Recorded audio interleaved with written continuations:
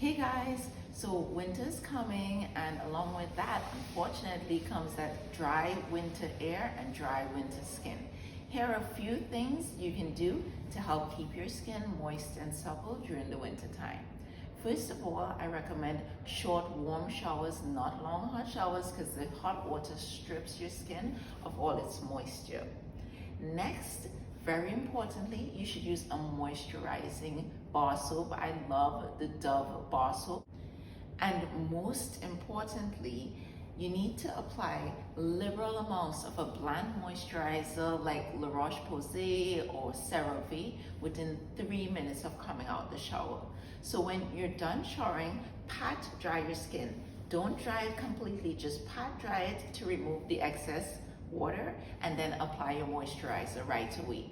That way it seals in the hydration to your skin.